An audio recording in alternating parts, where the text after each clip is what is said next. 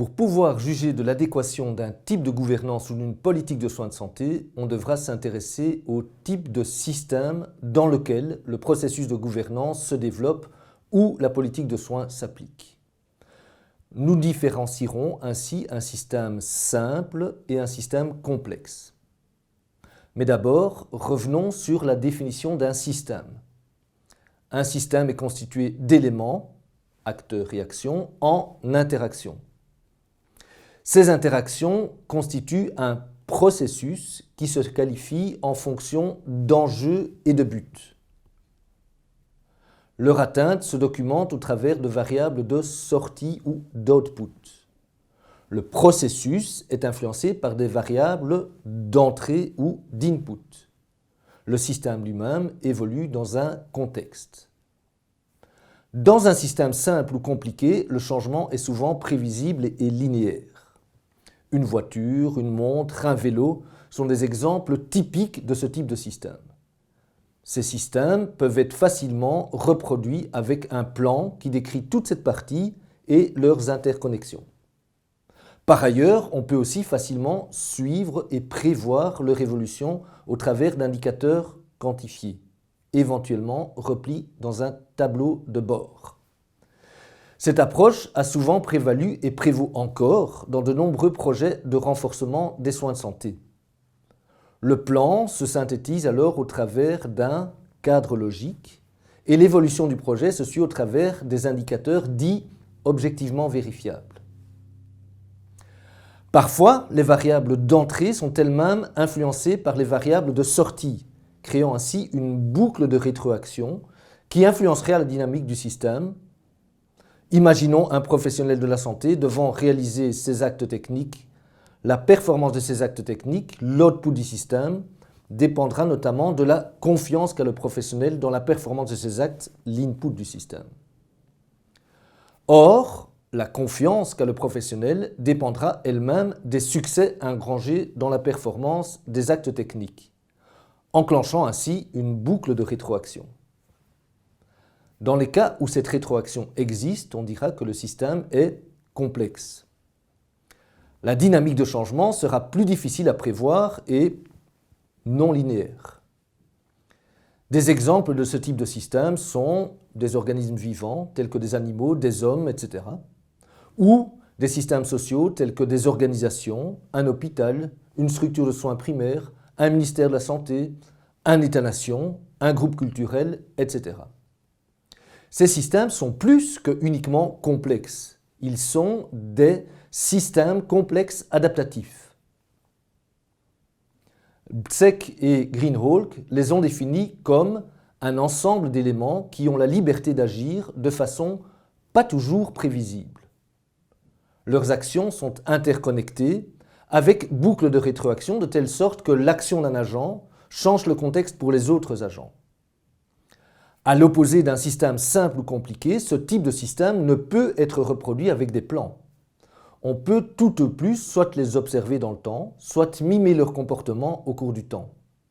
À travers de cela, on essaiera de comprendre ce qui peut expliquer des dynamiques typiques de ces systèmes. Ceci devra permettre de gouverner ce système en accompagnant le changement. On n'est donc plus dans une logique de prévision concrétisée au travers d'un plan. On cherche plutôt à comprendre une dynamique observée pour apprendre à s'y adapter. D'attribution d'un changement observé à un plan, on arrive à chercher la contribution d'un processus de gouvernance à un changement. Pour mieux comprendre un système complexe adaptatif, on va chercher à observer des comportements typiques et à les expliquer au travers de caractéristiques récurrentes de ces systèmes. Mais quels sont les comportements typiques que l'on va chercher à identifier en observant ou en mimant, simulant la dynamique du système au cours du temps? D'abord, malgré une volonté de changement, le système peut rester en équilibre stable contre la volonté des acteurs impliqués dans la gouvernance. Ensuite, on peut observer un changement soudain avec le passage d'une situation d'équilibre à une nouvelle situation d'équilibre au travers d'une phase de transition. Ces différentes phases d'équilibre peuvent se décrire en termes d'ordre. On peut ainsi voir émerger un nouveau type d'ordre et donc d'équilibre suite à une phase de transition. Un équilibre malgré un changement voulu, une phase de transition ou un ordre émergent seront ainsi les dynamiques recherchées pour mieux comprendre un système complexe adaptatif. Maintenant, comment ces types de comportements dynamiques peuvent-ils être expliqués? Le processus de changement de ce type de système ne peut être expliqué par des liens simples entre cause et effet. Il est nécessaire de penser différemment à la causalité. Équilibre, transition et ordre émergent dans le système complexe adaptatif peuvent s'expliquer par des caractéristiques de ces systèmes. Premièrement, la dynamique des systèmes complexes adaptatifs sont dépendants du chemin ou path dependency. Partant d'un même point de départ, avec les mêmes ressources, différents systèmes peuvent aboutir à des résultats variables en fonction de leur chemin spécifique. Quand on parle de chemin, on signifie une séquence de différentes étapes qui amèneront le système à un résultat donné. Deuxièmement, les systèmes complexes adaptatifs sont des réseaux, dits réseaux invariants d'échelle ou scale-free networks. Ce type de réseau se différencie des réseaux aléatoires par la distribution des liens entre les nœuds du réseau. Dans les réseaux invariants d'échelle, on a quelques super-nœuds qui sont connectés avec un grand nombre d'autres nœuds au moins connectés. Le cerveau ou Internet sont des exemples typiques de ce type de réseau. Des organisations peuvent aussi correspondre à ce type de réseau. Elles seront alors constituées d'un ensemble d'agents. Plusieurs d'entre eux seront très connectés avec d'autres agents, eux-mêmes peu connectés avec d'autres. Troisièmement, la dynamique de systèmes complexes adaptatifs peut s'expliquer par la causalité circulaire ou boucle de rétroaction entre des variables descriptives du système. Nous l'avons déjà mentionné plus haut.